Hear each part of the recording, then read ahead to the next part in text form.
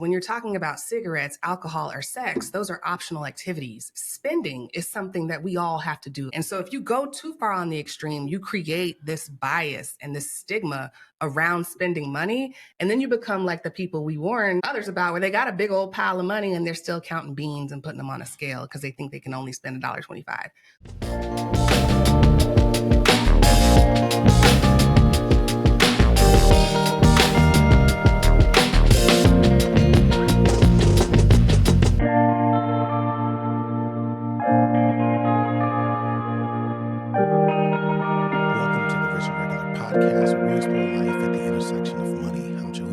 Kirsten, and today we're talking about shopping bans and the no spend trend.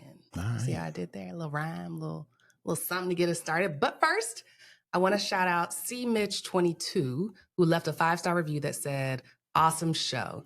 This show is absolutely amazing." 3 exclamation marks. I love it.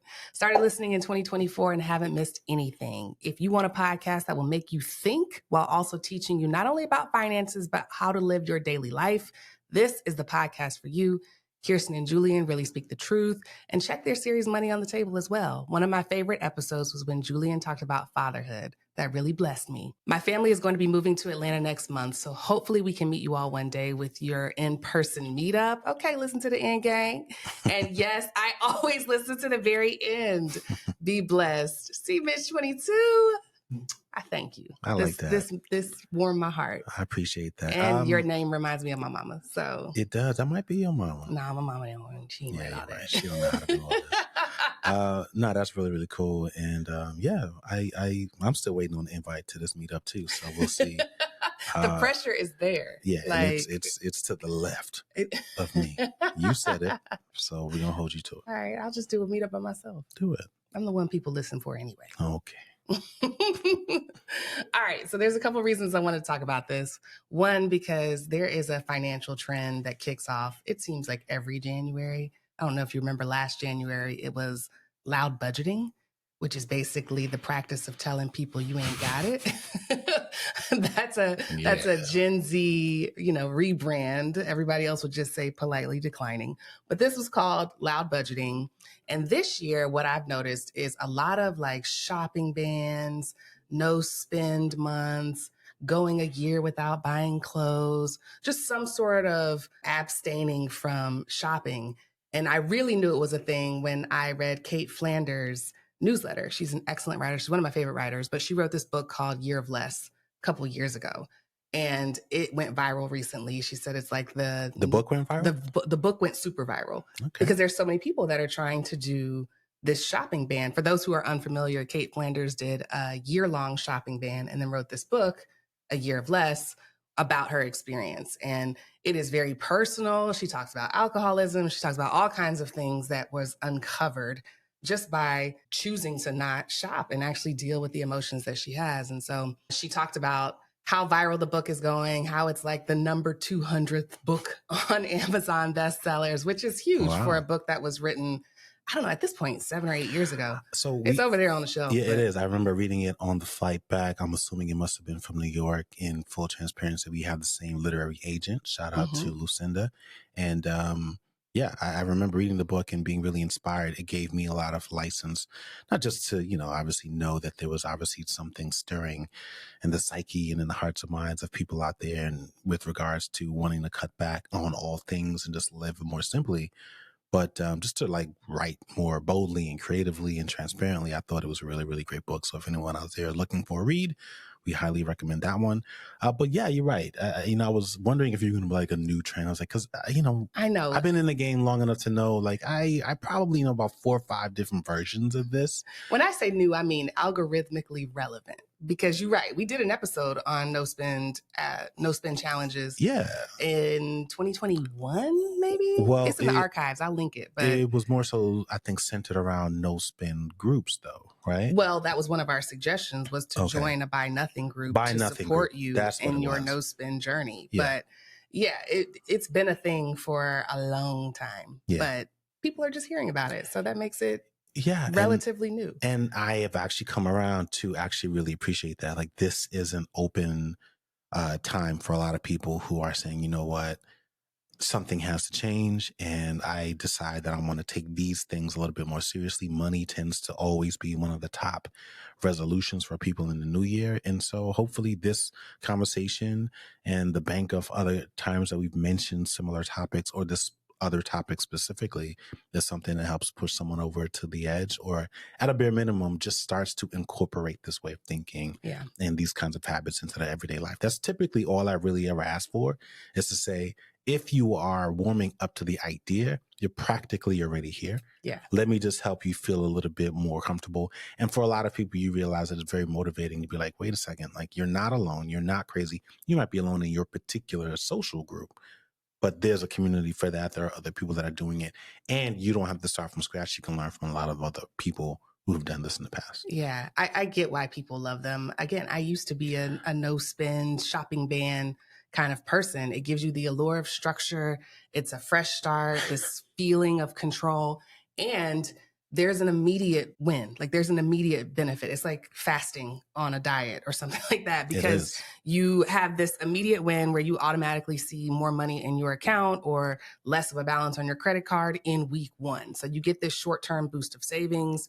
You do eventually develop an increased awareness of your spending habits, and you just get the chance to take a break from anything that's impulsive. Well, hold on for a second here, because we are talking about this as if we know, people know exactly what it is. And it may be self-explanatory, but I feel like there may be somebody out there who is not exactly sure, like, what is a no spend month? Because that sounds extreme, right? Like, I'm just putting on, what's it called? I'm playing devil's advocate. I'm putting on devil's clothes. Bring the devil up in here.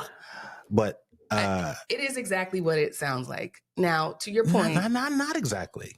Well, yes, not exactly. Yes, it's not like you are not going to spend any money for the month of January. It's not that. For some people it is, which is why we're talking about it. Some people hear the word no spend or shopping ban and they take it very literally, and it immediately leads to deprivation, which is why I wanted to talk about this. It is very similar, and I don't like using diet language when we're talking about budget culture, but it's no different than like a crash diet. If you decide you're going to drink celery juice for a week and you lose 6 pounds, and then you decide like, oh, okay, like this worked, I'm going to keep doing that. You know, that's not sustainable. Like, you're eventually going to give up something. Yeah. And so the reason I want to talk about this is because a lot of people are getting that dopamine high of the shopping ban, self-imposed, whether it is 1 month or 1 year, like Kate did, or just in a specific category. Like, there are people who have made it very specific where I'm not doing any online shopping, or I'm no longer shopping from Amazon, or I'm not buying any clothes or shoes, whatever it is. Yeah. People have decided like, I have enough, and they are taking action to no longer buy those things.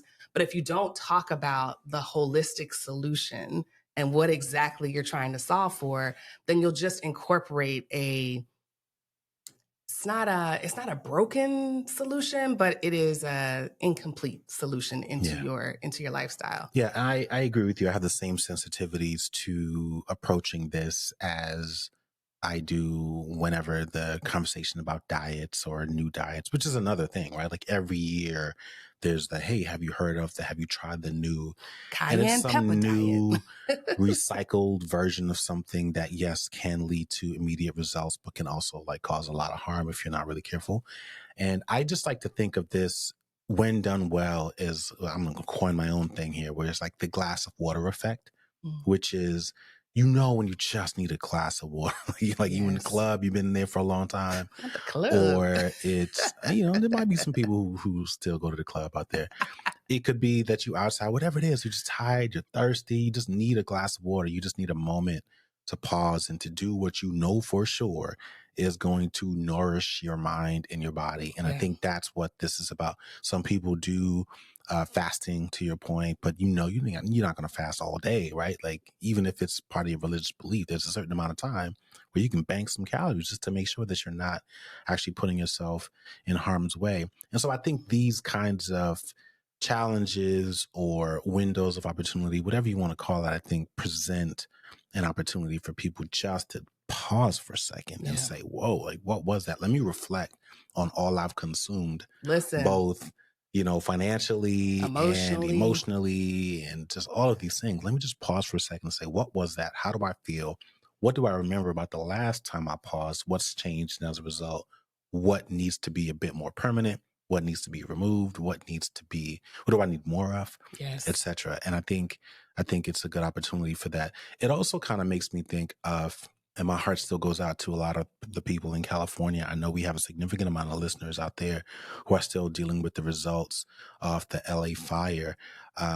What's interesting in this is that there were conversations about how they were pleased with the amount of support that was pouring in, but one of the things that they were getting that they didn't quite really need were like all these clothing donations. Oh, yeah, that's a nice way to put it. It's the like articles I've read said they're being completely overwhelmed, flooded with clothes. Like, oh my gosh, you must need clothes. And I couldn't help but to think like, yeah, well, because like people just have so much, right? Like we're on the other end of that extreme where we buy so much clothes. We have so much clothes. You can't even close your drawers. There's so much clothes that you're more than happy to give it away. And to me, these things kind of go hand in hand, right? Like it's clear that we have a spending problem, that we have a consumption problem, and it's not just clothes, right? It's pretty much all things.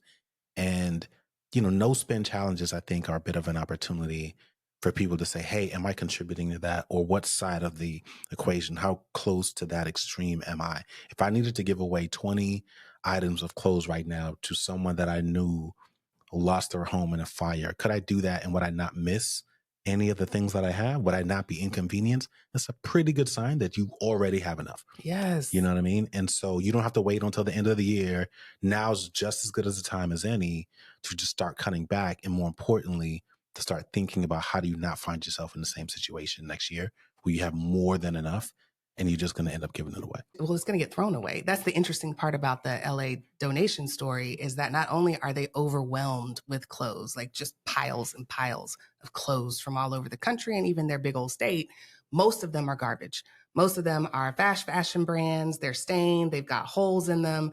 They're not even the quality clothes that people need. And the New York Times even went as far to write that the victims of the wildfire don't need clothes. They need cash. They need money to pay their rent and find housing. And so these piles of clothes, while we think we're being benevolent, and in a lot of ways we are, it's just a sign of our excess and a sign that we're not clear on what is needed.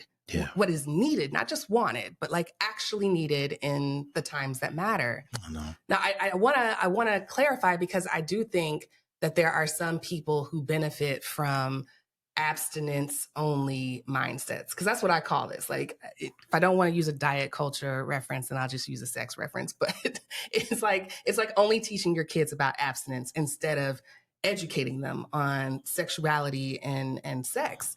This is an abstinence-only mindset. And I know that there are some people who benefit from it in the same way that some people benefit from fasts in a way that another person may not.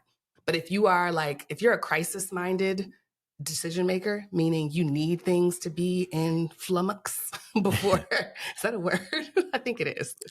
If you need things to be in flux before you make a decision. Well, you said flux or flummox? I said flummox, but don't look it up. Because I know flummox is not a word. The people can use context clues to know what I meant. Flummoxed.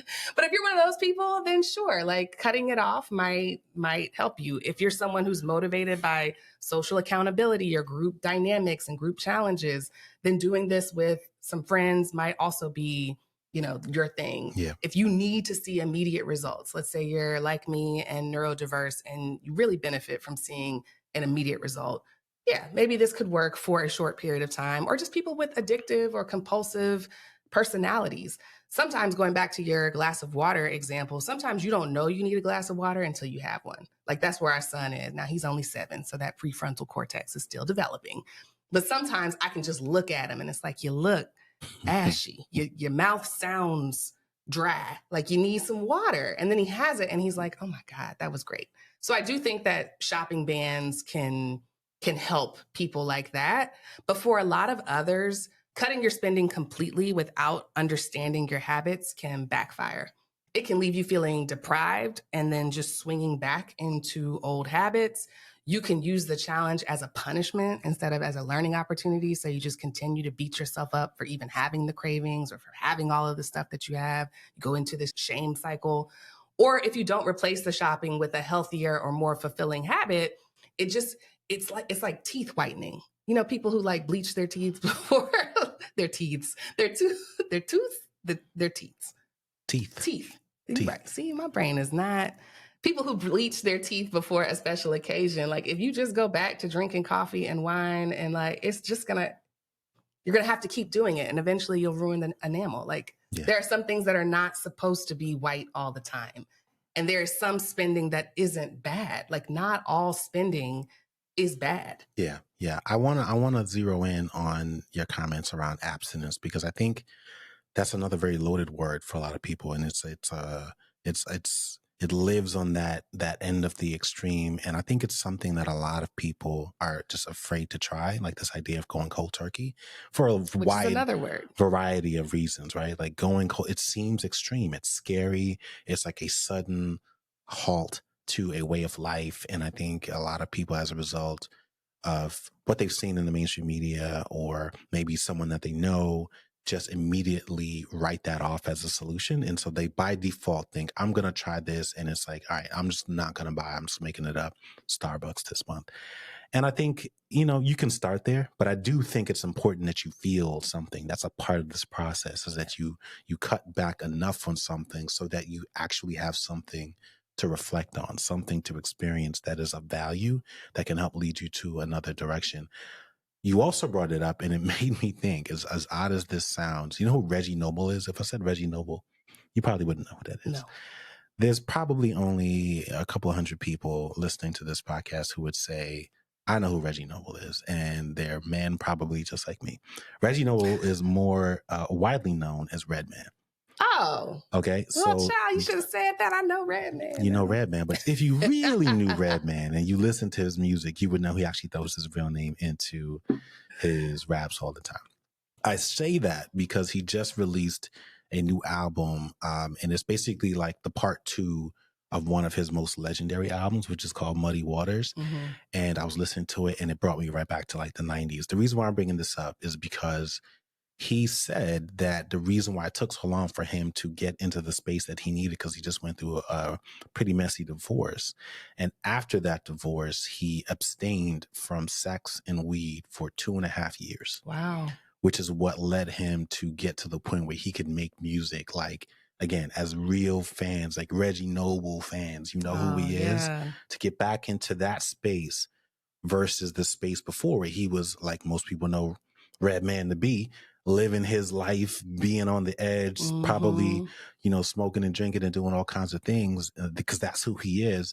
And so I say all that to say, like, you have someone who, by most standards, I think people would say, like, he lives on the extreme edge of these things, but it took going through a really unfortunate situation with the divorce for him to open himself up to the idea of abstaining. But I will also say that he's saying, like, that's worked for him. Like 2.5 years is a really, really long time. That's a long time to make that decision. And of course, he didn't say that it was easy, but he went cold turkey on both of those things and probably other things. And I will also say this about Redman. Like, he's like super fit right now. And he's like truly, he's skydiving, like he's doing all kinds of stuff. Like, this is a guy that I think is like truly out here living his best life and still spitting hot bars like he was like back in the day. My own experience with abstaining has always been good. Like, it's always been a good one. I've never had a bad experience doing it. And so my hope is that there's someone out there who's like, man, that just seems crazy. What else am I going to do with my time or my body or whatever it is? And I'm telling you, like, just start. Even if you like fall off the wagon, get back on it and like create a new bar. Like, maybe you only make it a week, and that's all right. Next time, see if you can go 2 and just build from there and there. And I'm telling you, I'm not speaking on behalf of Redmond, but from my own experience, that time period is always, you learn so much about yourself. You do. It's like, it quiets the brain, it quiets the body a little bit. It gives you an opportunity to actually assess. And I think the same is true with your finances, where you can say, all right, what if I didn't by default always buy these things and I just waited or decided not to? It forces you to come up with another solution, or it forces you to plan your days or your money differently. And that's when all of a sudden you become a little bit more open to actually putting into practice some of the things that you already know. You don't have to learn anything new. In some cases you do, but it's like, I knew this. I didn't think it was for me. It wasn't until I had this moment of clarity and peace and quiet that I could say, oh, that must be why so many people swear by these things. Yeah. And I think this is what having whether it's a dry January or a no spend January provides you. And by the way, Yes. you can do it in February. Yes, you can do it throughout the year, You can which do it is our anytime you want. point. The goal shouldn't be to go from one extreme to another. It's to find new middles. Yes. And when you are changing lifelong habits like shopping or like drinking, it's okay to move forward incrementally. There are some people, like I said, that need that strong cutoff. And even the language around it, as I'm listening to you talk, where it's like cold turkey, relapsing, abstaining, all of this language comes from places where you have to first admit you have a problem. And then that's when you sober up or abstain or cut it cold turkey. Well, don't get me started, because like it's very clear that language is what most people associate with drug addiction or Yes, substance abuse. And that's part of the absolutely. reason why the point of view or the approach or even just the thought of abstaining or going cold turkey or quitting something altogether, or, what they used to do, they used to tell you to like cut up your credit cards or freeze it in a block and then put it in the freezer. Like all of these really jarring visual things or tangible things, it's there to like give your body something to remember. It is. And to like really shake you a little bit. The challenge is when you're talking about cigarettes, alcohol, or sex, those are optional activities. Spending is something that we all have to do if we live in America. Like with the exception of a very small population of people, you're going to have to spend money. And so if you go too far on the extreme, you create this bias and this stigma around spending money. And then you become like the people we warn others about, where they got a big old pile of money and they're still counting beans and putting them on a scale because they think they can only spend $1.25. So you don't want to go so far. Yeah. You really have to find the balance. Instead of treating this as like a restrictive mindset, you have to focus on the end goal, which is intentional spending. This pause is supposed to focus on your learning and your growth. It's not about stopping spending entirely. It's about pressing pause to reassess your habits. Thinking about it like, you should think about it like taking a step back to take inventory versus like locking your wallet up in a vault and punishing yourself, saying, I can't ever spend money. I'm not good with money. When I have money, I spend it on every single thing. You really have to use this as an opportunity to understand where your money goes and how it aligns with what you actually value. That's what the pause gives you time to do, is to figure out like, oh, I forgot about this sweater, or, oh, I got stuff in the freezer. I don't need to go to the grocery store. Let me try to make a pantry meal. Let me try to figure out how to restyle my living room instead of buying something new. Or let me join a Facebook group, a buy nothing group. Yeah. Let me see what's on the marketplace that people are giving away. You would be surprised. There's so much free stuff out there. Well, not spending doesn't mean you can't still consume. Yeah. Because there's a lot of stuff that people just give away. Yeah. Yeah. I remember I used to be triggered at the thought of coming across a piece of clothes that still had a tag on it. Because like, to me, like that was such a very clear indication that you bought something ambitiously or, impulsively, and you never wore it because clearly the tag is still on it. And I had to give away some stuff. And the reason why I bought it, because I think I was telling myself, I'm going to get back down to that size. Like, I was like, yeah, no, that didn't happen. It's time to go ahead and let these things go. And, but I had a very similar experience in the pantry, because I take pride in like my level of organization, but every now and then, just because of the way our pantry is designed, I can't quite see everything that's behind a couple of other things. And it was funny. I threw away some truffle oil the other day, and I saw it, and I've seen it like pretty prominently because the label in the jar is like so unlike anything else that I have in my pantry. But I remember the first time that I bought it because I just wanted to make something. I think we must have been having like a fancy dinner or something like that. And I wanted to have something with truffle in it. But right when I bought it, I was like, I'm going to throw this away because you can't use this much truffle. It was so much. And you really don't need that much in order to give you all the truffle flavor that you need. Yeah.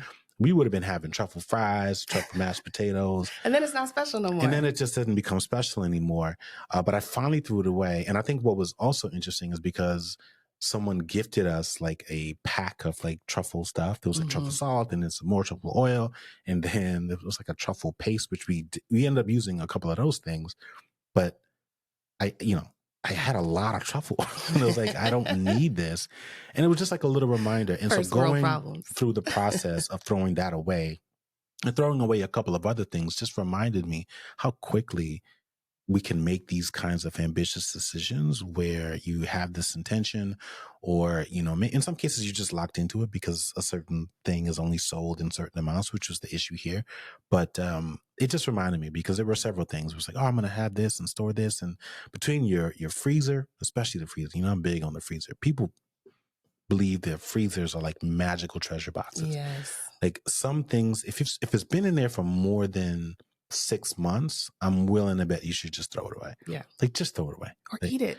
Oh, throw it away. Throw it Eat away. it at month 5.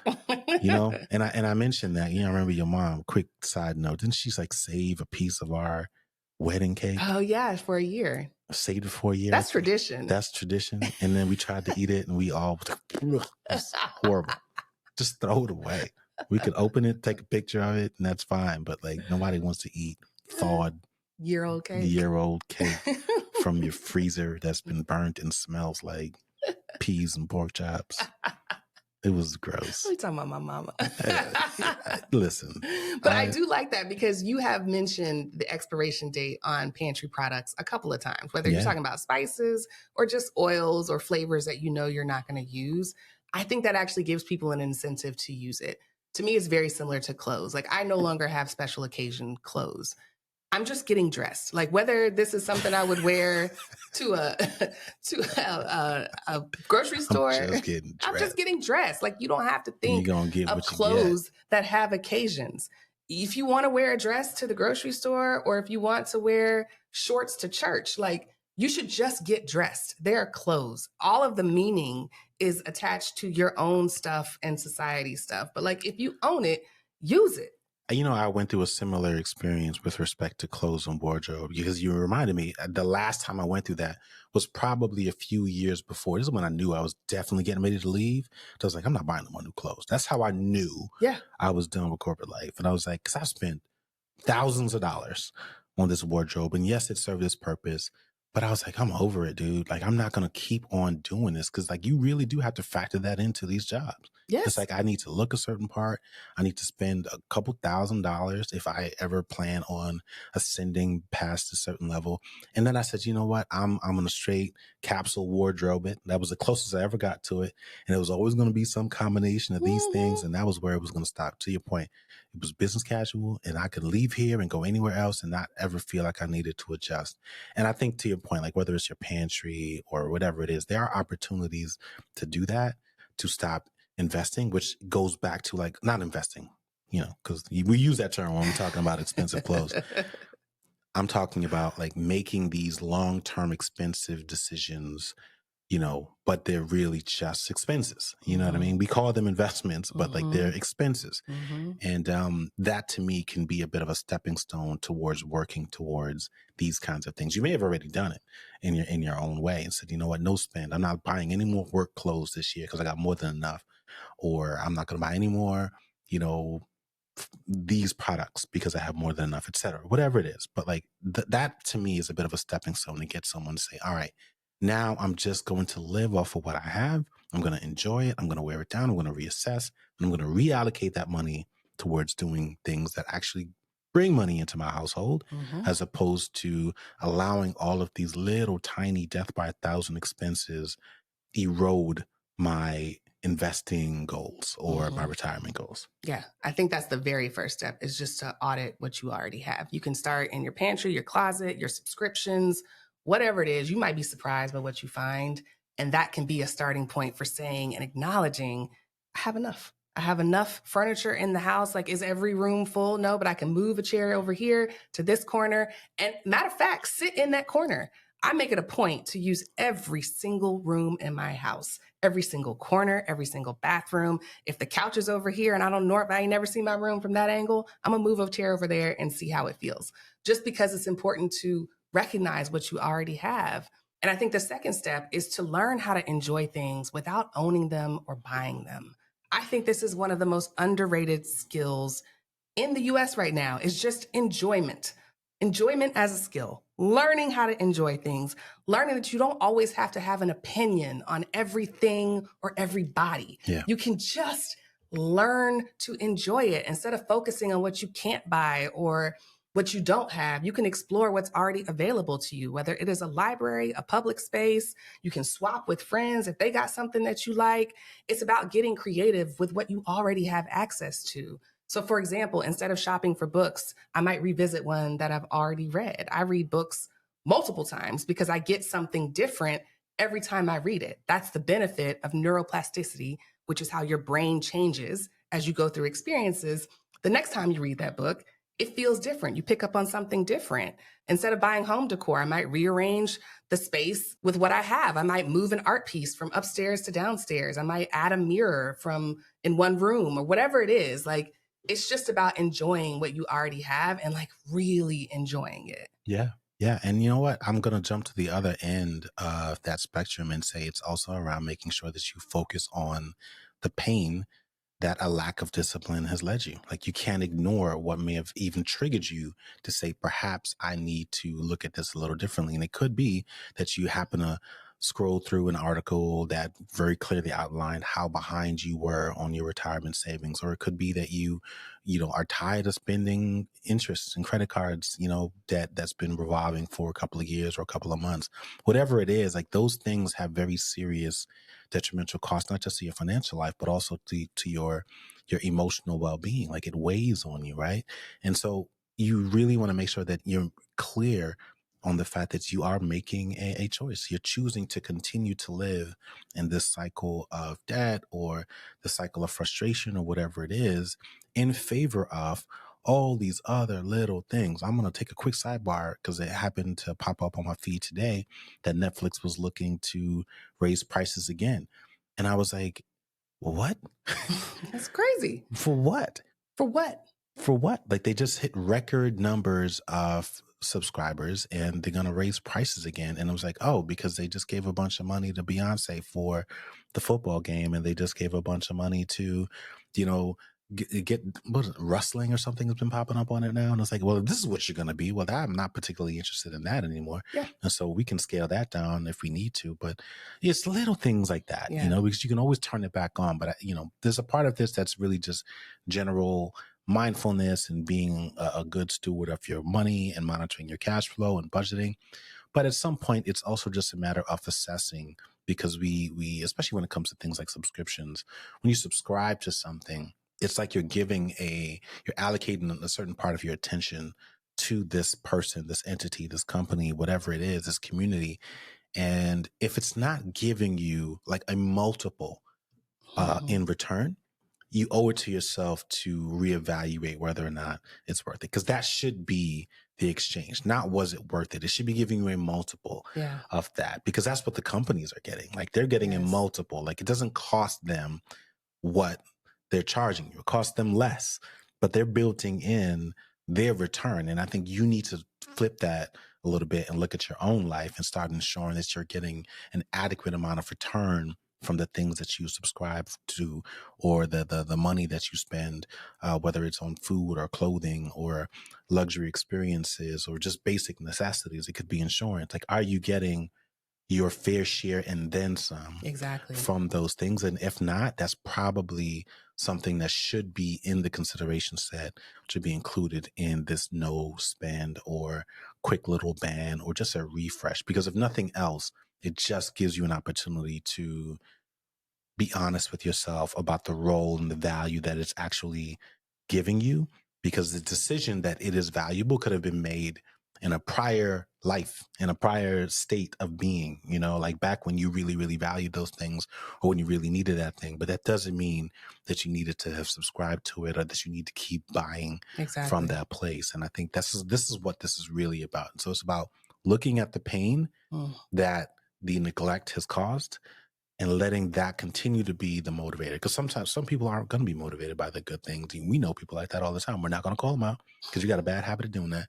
What I do? Your friends, that's why they mad at you now. Oh, please, you don't want to be telling specific stories about people. I do. I started to tell another one, but... Well, I have a story because when you say focus on the pain, this is super important. I remember when my dad was having pains in his leg. He had severe pain in his leg. And for a year, he kept going to the doctor, complaining about pain in his leg.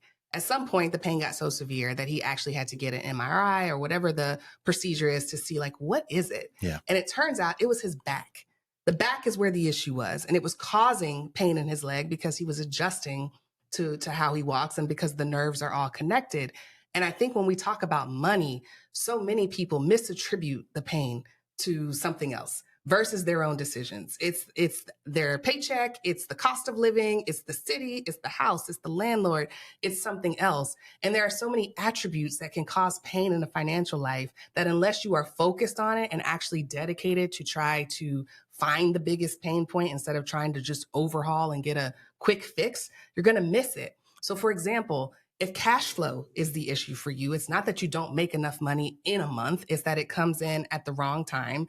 Then maybe you start setting up balance alerts so you can get ahead of it. Maybe you get on the phone with your credit card companies and try to adjust when bills are due. Maybe when you get those 3 check months, you set aside something because you know you need that cushion because the first of the month comes right after, whatever bill is due, or because daycare and rent are due on the same time as health insurance, whatever it is. Like, the issue is cash flow. That's the pain point. You make enough money, it just don't come in at the right times. Right. If impulse spending is the pain point, then unsubscribe from emails, mute or unfollow accounts that do nothing but sell to you online. I know you like that girl. She is funny. I love her voiceovers too. But if all she's doing is selling to you in every single post, you may not need to see that right now. Yeah, that's a commercial subscription. Correct. And for God's sake, stop buying stuff off of Instagram. Even if you find it on Instagram, log off, go somewhere else, and then buy it. Because all you're doing is telling your dealer what you like, and they find another version of that. That's how algorithms work. That is the pain point. It's not that you're bad with money. It's that you are marketed to all the time, and it is so specific and unique to your needs, things you've actually said out loud that you want to do, and you buy it. Obviously, right? If online shopping is the problem, remove your credit card from the saved credit cards in your phone and in your wallet or in your computer.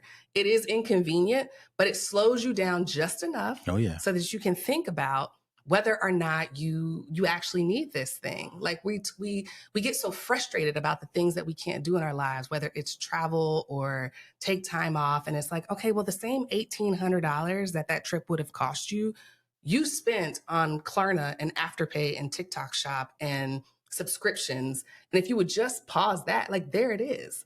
It's there. It's not that you can't afford it. It's not that you're broke. You just spent it on something else. Yeah. And then the minute we start thinking like that, it becomes a lot easier to make the decisions, or at least to experiment with the areas that you don't want to spend in anymore. Yeah. I'm going to also add giving to that as well, because there's a lot of pain going on and there's a lot of GoFundMes and requests for cash out there. You got to create some limits there as well. You might have a no give month and say, you know what, this year I'm really going to focus on me. I feel like I'm good with me and my God.